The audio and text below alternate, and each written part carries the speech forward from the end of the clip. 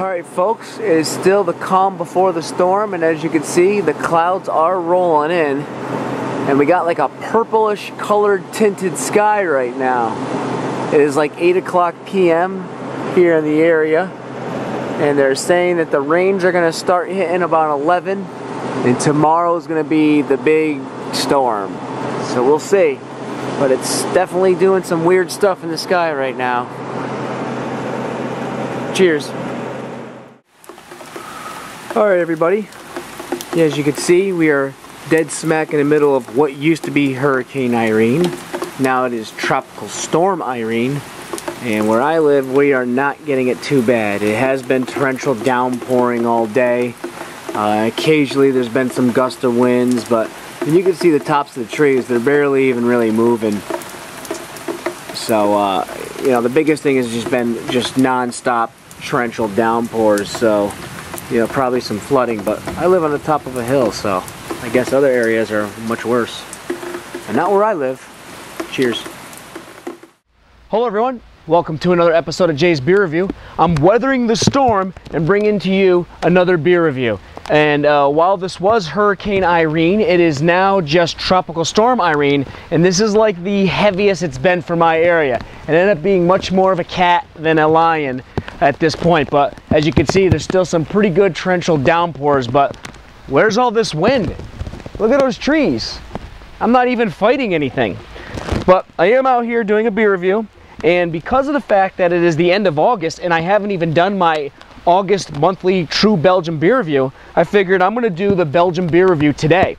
So the Belgian beer that I have picked out for this tropical depression is none other than Lucifer Belgian Ale.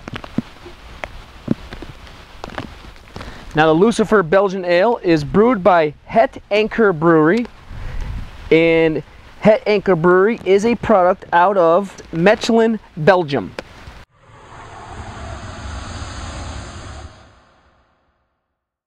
The alcohol percent on this is 8%, and the glass I'm using is my Chime Authentic Trappist glass. So with that said, I'm going to break into it and give it a try. It's a little chilly out here.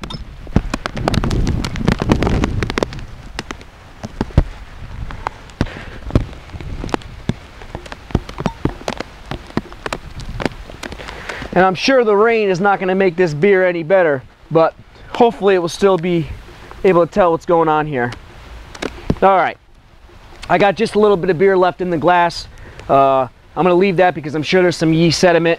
But right now what I have is I would call this like a yellow to even slight orange in color, real transparent and really high carbonation. I have about a 3-finger off-white foamy head, and it's actually very much traditional to what I would think of like some of the lighter or like those lemon flavored like Belgian ales I've had. The aroma? It's got like a citrus-like aroma. Also some bready notes are definitely there. And more important, it almost has like a champagne-like aroma to it as well. Alright. Got the rest of it in. Now my head's really pillowing, but I want to get this done quick because I'm cold. Well, let's give it a taste. Cheers!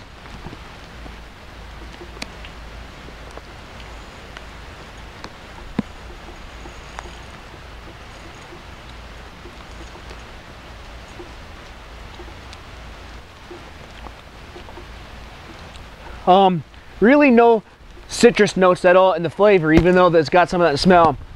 A very generic flavored Belgian ale, actually. It's extremely bready, more bready than most Belgians I've had recently, and it also has like that twang on the tongue that you get from the yeast strain. It's pretty drinkable, and especially at 8% alcohol, but it does have like a white wine type of like flavor going on.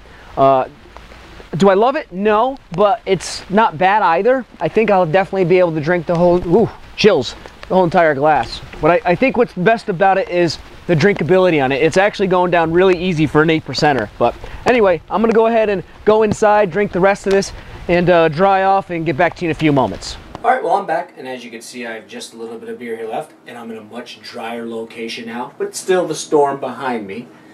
Basically what I think about this beer.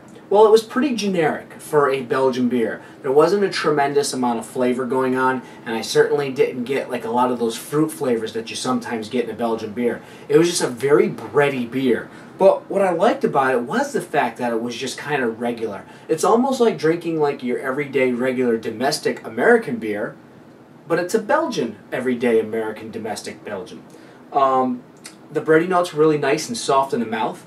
The flavor was, the flavor made it a very drinkable, very enjoyable, just sit back beer. And also the 8% alcohol by volume wasn't too heavily noticed. 8%'s pretty up there for a beer, and I've drank the whole bottle. I don't have a buzz. I feel great, and I feel like I could easily drink another one of these. So I was pretty satisfied with this beer. I don't know what it gets according to Rate Beer. I'm going to have to actually look it up because I've never even heard it. But I saw it at my beverage center, Hoosick Street Beverage, and I picked it up for my monthly Belgian beer review. So with that said, I am going to go ahead and do a final chug and then give you my final thoughts and grade.